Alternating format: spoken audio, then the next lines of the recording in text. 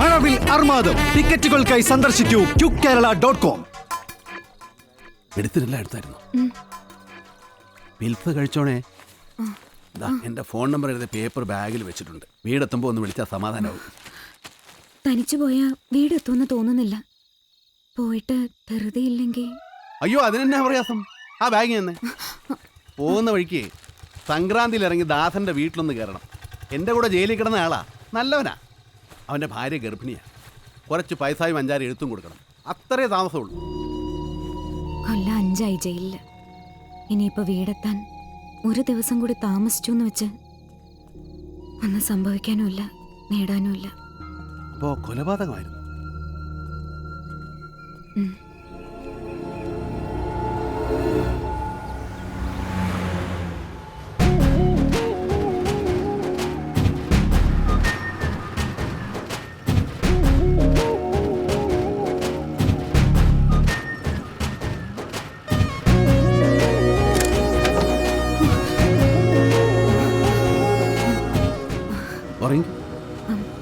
വേണ്ട, നന്നായിട്ട് ഉറങ്ങി.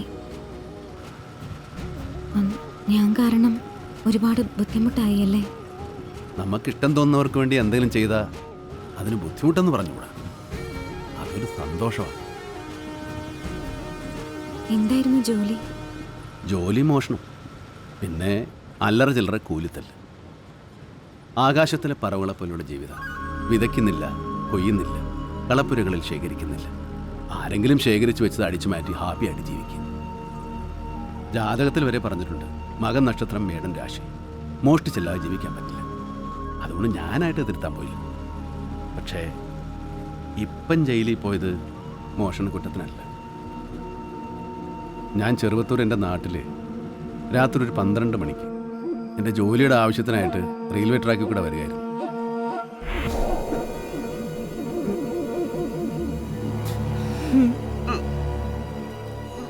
എന്റെ കർത്താവിശ്വമശിയെ, ഇത് പോളി ചേട്ടനല്ലേ? ചേട്ടന് എന്നാ പറ്റിയത്? ഇതെന്തിനാ ഇവിടെ വന്ന് കിടന്നേ? അടുത്ത ഞായറാഴ്ച മേരിക്കുട്ടിയുടെ കല്യാണമല്ലേ? അത് നടക്കില്ല. നടക്കല്ലേ? എന്നാ കാര്യം? അത് മേരിക്കുട്ടിക്ക് ഇടാനുള്ള പൊന്നിന്റെ കാര്യം ഏറ്റത് ആഞ്ഞിലിക്കൽ ജോസാ. കെട്ടി കഴിഞ്ഞ് കാശ് കൊടുക്കാന്ന് പറഞ്ഞ് അവൻ സമ്മതിക്കുകയും ചെയ്തു. പക്ഷേ ഇന്ന് അവൻ വാക്ക് മാറ്റി. കാശ് കൊടുത്താലേ പൊന്നു തരൂന്ന്. ഞാൻ കൂട്ടിയെ കൂടില്ല.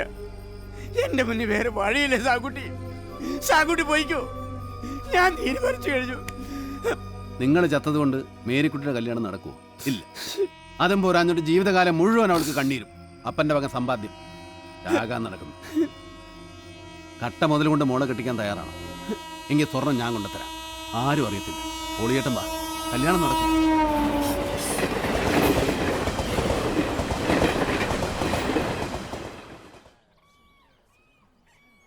ഈ മേരിക്കുട്ടി തന്നെ ആശുപത്രി ചീറ്റിലെ മേരിക്കുട്ടി. സൈക്കിളും ചവിട്ടി ഒരുപാട് നാൾ അവളുടെ പുറകെ നടന്നിട്ടുണ്ട്. കുടുംബ മഹിമയുടെ ഗുണം കൊണ്ട് തിരിഞ്ഞു പോലും നോക്കിയിട്ടില്ല. എന്ന് വെച്ച് ആഗ്രഹം തീരത്തില്ലല്ലോ.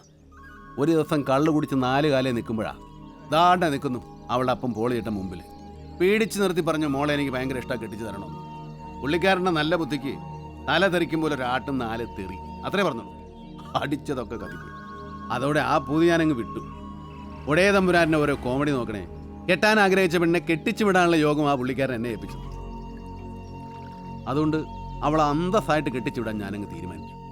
അങ്ങനെ പിറ്റേ ദിവസം രാത്രി പോയി ഒരു വീട്ടിൽ കയറി.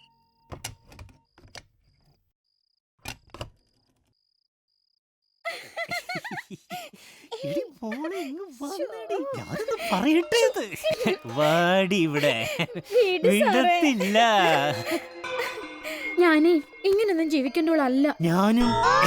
നീ എന്റെ ചക്കരയല്ലടാ. എനിക്ക് ഒരു നാണം. ഒരു സുന്ദരിക്കോത അവിടെ കിടന്ന് ഉറങ്ങുന്നുണ്ടല്ലോ. അവളവിടെ കിടന്ന് ഉറങ്ങട്ടേത്. ഉറക്കം കുറഞ്ഞ ഗ്ലാമർ പോകുന്നത്. അതായിരിക്കും വരാത്തത്. കുട്ടികളില്ല. രാവിലെ തിരുവനന്തപുരത്ത് പോണ്ടതാ. ഒരു കേസുണ്ടേ. ഇങ്ങനെ സമയം കളഞ്ഞാൽ നേരം വിളക്കും.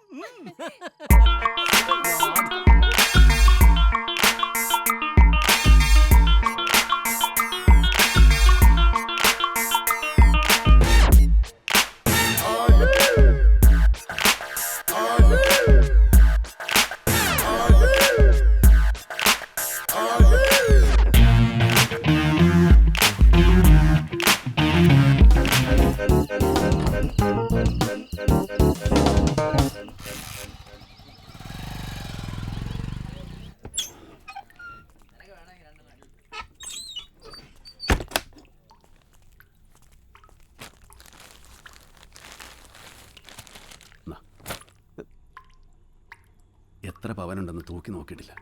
മേരിക്കുട്ടിയുടെ കഴുത്തിലിടാനുള്ളതും കല്യാണ ചെലവിനുള്ളതും ഇതിലുണ്ട്. എവിടുന്നാ എങ്ങനെയാണെന്നൊന്നും ഇപ്പം മേരിക്കുട്ടി അറിയണ്ട. അറിഞ്ഞ അവൾക്ക് സങ്കടമാവും. കാര്യം നടക്കട്ടെ. ശാങ്കുട്ടി ഒന്നും പറയണ്ട, പോളിച്ചിട്ട് ചെന്നാട്ടെ. കാര്യം നടക്കട്ടെ. ചെല്ലേ.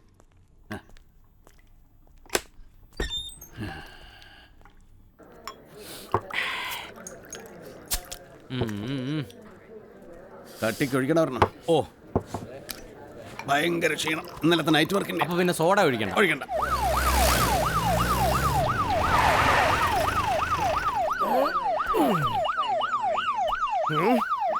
അച്ചായോ, പോകാനുള്ള വണ്ടി വന്നല്ലോ. ഓ, ഇനി കൊണ്ടുപോയിട്ട് എന്നെ എടുക്കാനാ? തൊണ്ടി പോലും ഇല്ല. തൊണ്ടി ഇല്ലല്ലേ? അപ്പൊ ഓക്കെ. തൊണ്ടി ഉണ്ടടാ. തൊണ്ടി ഉണ്ടോ? എവിടെ? ഇവിടെ. ഒയ്യോ, ഞാൻ മാറ്റി വെച്ചു. ചെല്ല് ചെല്ല്. നല്ലതൊക്കെ അടിയിൽ ഇട്ടോണ്ട് നടക്കണമെങ്കിൽ വേണം ഒരു യോഗം.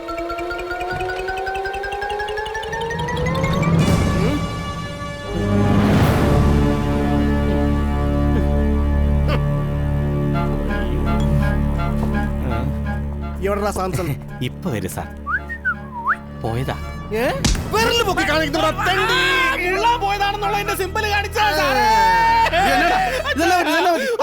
വിട് സാറേ, വിട് സാറേ. എന്തുവാ സാറേ ഇത്? പറഞ്ഞു തരാടാ, വാപ്പാ. എങ്ങോട്ട്? എടാ കൊച്ചാപ്പി, എന്തുവായി സാർ പറയുന്നേ? സാറിന് എന്തും പറയാലോ. എന്നാ പറ്റിയടാ? ഫിംഗർ ചിപ്സാ സാർ ഇപ്പൊ ഉണ്ടാക്കിയതാ. എന്തുവാ സാറേ ഇത്? മര്യാദയ്ക്ക് വന്ന് ജീപ്പിൽ കയറിയാൽ നിനക്ക് കൊള്ളാം. ഓ, ജീപ്പൊക്കെ നമ്മൾ ഒരുപാട് കണ്ടിട്ടുള്ളതാ. വരട്ടാതെ സാറ് കാര്യം പറ. ഇന്നലെ രാത്രി നീ എവിടെയാ കയറിയത്? ഇന്നലെ രാത്രി എങ്ങും പോയിട്ടില്ല. എന്റെ വീട്ടിൽ തന്നെ ഉണ്ടായിരുന്നു. സത്യം. ഇവൻ മോട്ടിക്കാൻ പോകുന്ന ദിവസമൊക്കെ നിന്റെ ഭാര്യയുടെ ഇടയ്ക്കാണ് ഇവനെ കിടത്തുന്നത്. അവന്റെ മേക്കിട്ട് കയറണ്ട. സാറിന് ഇപ്പൊ എന്തുവാ വേണ്ടേ? ആ ASI സോമന്റെ വീട്ടിൽ നിന്ന് ഇന്നലെ രാത്രി നീ മോഷ്ടിച്ച 75 പവന്റെ സ്വർണം എവിടെ? ഏത് ASI? ഏത് സോമൻ? സാർ എന്തുവാ ഈ പറയുന്നേ? ആ ഉണ്ട വിഴുങ്ങിയോ? ആയിരിക്കും.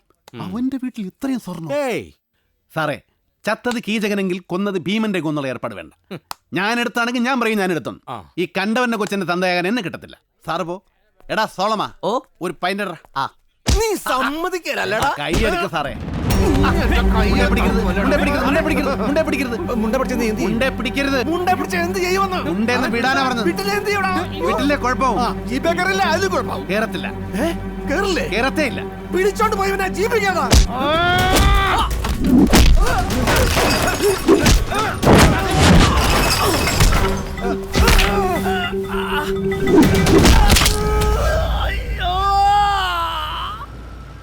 അന്ന് ജോൺ സാറിന്റെ കൈതല്ലി ഓടിച്ചതിന് ചാർജ് ചെയ്തത് വധശ്രമത്തിലാണ്. 307 കേസ് വാദിച്ചതൊക്കെ ഞാൻ തന്നെയാണ്. അതുകൊണ്ട് ശിക്ഷ 3 കൊല്ലത്തിൽ ഒതുങ്ങി. ഇടയ്ക്കൊരു പരോളും.